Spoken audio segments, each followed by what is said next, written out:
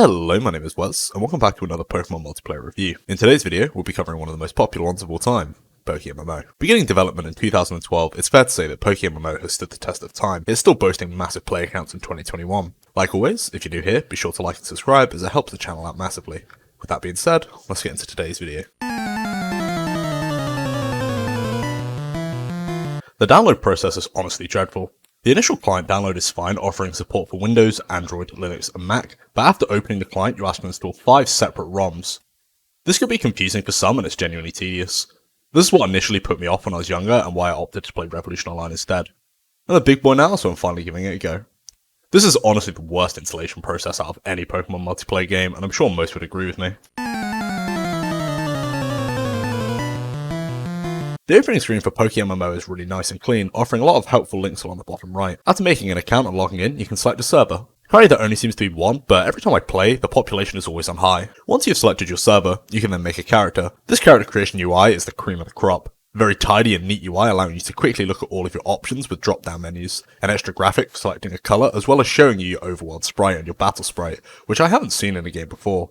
The ability to see an enlarged version of your sprite really adds a lot of character and personality and makes them feel a lot more personal. I'm a huge fan of this and I haven't seen this done before. The in-game UI is flawless. All of your Pokemon are displayed on the right hand side. From here you're able to drag them off the sidebar to follow you. This is nice as you don't have to have slot 1 as your companion, which every other Pokemon MMO does. Upon pressing the Pokemon you can see their Pokedex entry and summary. In the summary menu there's a really nice charming sprite with a living animation, as well as clearly displaying the information you need. Something different from other Pokemon MMOs is the addition of ribbons showing the various achievements you have obtained with this Pokemon. This is something really charming that isn't widely touched upon and can make a player feel a genuine connection with their Pokemon. You can also select a toggle to show you what your Pokemon's stats will be at level 50, 100 and its current level. All your utility is shown on the bottom right.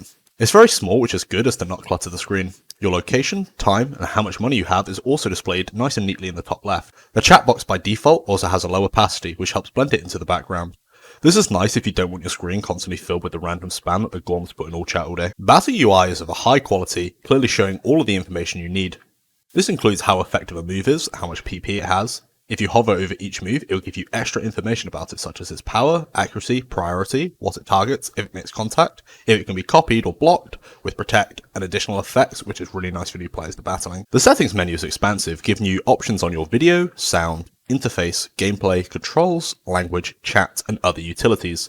A lot of these host very helpful options, such as muting music when tabbed out, rebinding basically all of your controls, and allowing support for up to 16 languages.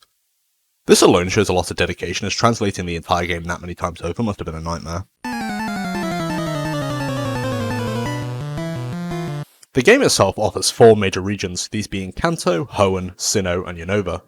Kanto is presented in a charming 2D sprite-based art style. Sinnoh and Unova are both done in a bit of a strange 2.5D art style. The lack of consistency between regions is a bit strange in my opinion, but I think it all plays through nicely. The battles in PokeMMO are fairly slow paced. However, this is remedied by the living animations on your Pokemon sprites and the animations for moves in battle. This makes your Pokemon feel a lot more alive than other Pokemon MMOs and is a welcomed addition. There is a max obedience level which can be found on your trainer card, which means Pokemon above this level will not follow orders. This is a really good feature and it means people can't just speedrun the game. There is a global marketplace in which you can buy and sell Pokemon and items. I'm not a massive fan of this feature as it removes the need to properly interact with other players. I can however admit it is very convenient. They have a restriction on it, meaning players need at least 4 badges in order to use it, which once again stops players trying to rush through the game. And of course, there is a cash shop.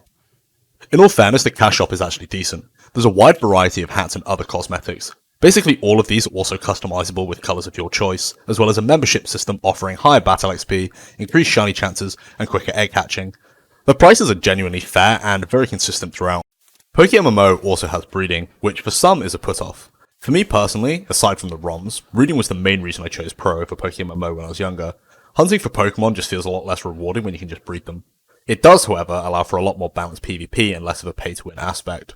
Keep in mind, breeding is vastly different in PokeMMO than it is to the main series games. Speaking of PvP, the PvP in PokeMMO is excellent. In fact, I think it's fair to say it's the best out of every Pokemon MMO out there. Offering both ranked and casual PvP with tiers is a fantastic system which other Pokemon MMOs simply don't have. As a result of this, their PvP is played with the same 15 or so Pokemon. You also have the option of double battles, which I personally prefer to singles, as well as community tournaments, which make it feel more like an MMO. PvP also gives rewards for how often you play, rewarding you for 80 to 10,000 PvP matches in a season, as well as exclusive rewards being given to the top rated players. You can view all of your stats in each tier, such as your win percentage and current win streak.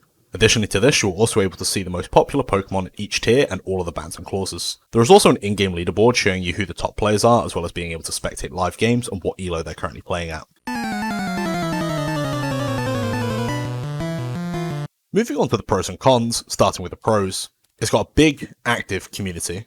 It's got a fair cash shop. It has the best PvP experience out there. It's got the best character creator. It's got 4 regions to explore. It's got really clean UI, great animations in battle, systems in place to stop players rushing through the game, and it's genuinely fun to play. Additionally to this, you're also able to nickname Pokemon, which makes them feel a lot more personal. So, moving on to the cons now. The download process is horrific. It is the worst I've ever experienced with a Pokemon MMO.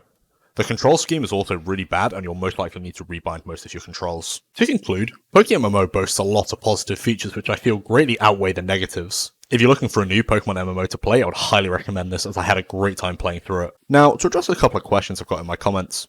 I've played PMU a few times, and while Mystery Dungeon is my favourite game, PMU would take a really long time to make a review on, as the endgame takes potentially hundreds of hours to get to.